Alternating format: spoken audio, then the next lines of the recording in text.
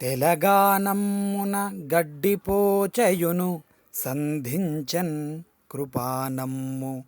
రాజలలాముండను వాని పీచమడచన్ సాగించె యుద్ధము. భీతిలిపోయన్ జగమెల్ల ఏమి అగునో తెలియంగరాకన్. దిశాంచలముల్ శక్రధను పరంపరలతో సయ్యాటలాడెన్ దివిన్. ఈ పద్యంలోని ప్రతి పాదానికి గురువు లఘువులు గుర్తించి ఘన విభజన చేద్దాం.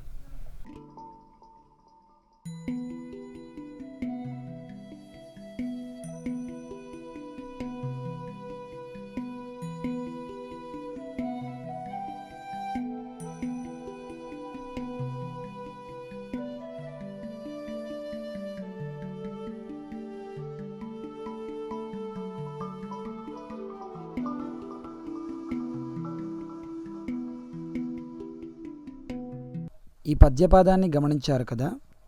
గురువులుగా ఉన్న అక్షరాల గురించి తెలుసుకుందాం.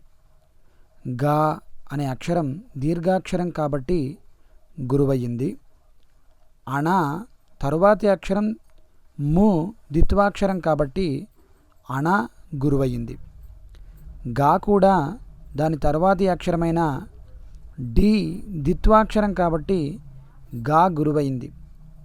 పో అనే అక్షరం దీర్ఘాక్షరం కాబట్టి గురువయ్యింది. సం అన్న అక్షరం పూర్ణ బిందువుతో అనగా సున్నాతో కూడి ఉంది కాబట్టి గురువయ్యింది. అలాగే ధిం కూడా పూర్ణ బిందువుతో కూడి ఉన్న అక్షరం కాబట్టి గురువయ్యింది. చే అనే అక్షరం ను అనే పొళ్ళక్షరంతో కూడి ఉంది కాబట్టి గురువయ్యింది.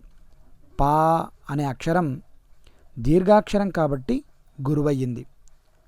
అణ తర్వాతి అక్షరం ము ద్విత్వాక్షరం కాబట్టి అణ గురువయ్యింది.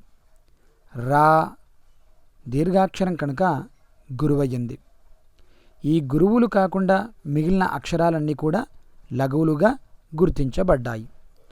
అలాగే మిగతా పదాలను కూడా గురువు లఘువులుగా గుర్తించడం గమనించండి.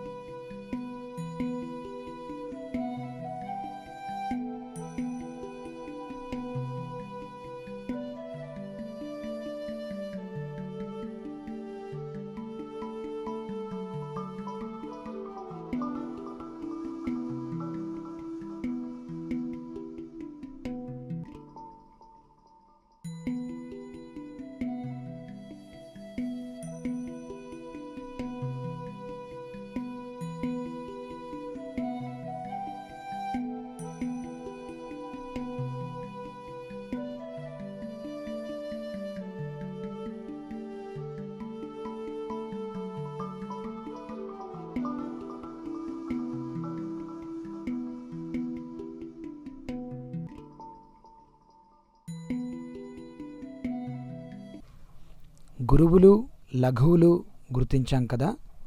గణ విభజన చేద్దాం.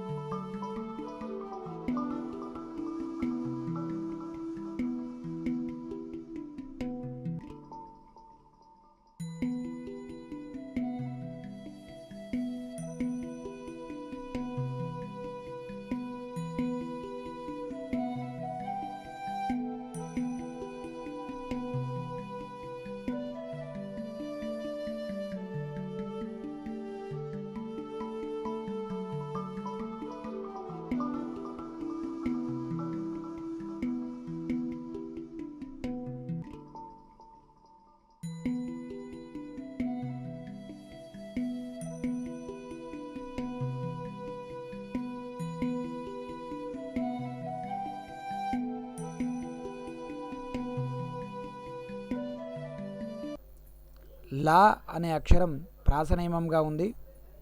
14వ అక్షరం గమనించినట్టయితే యతి చెల్లుతుంది. కాబట్టి సభరణమయవ అనే గణాలతో కూడుకున్నది మత్తీభ పద్యం.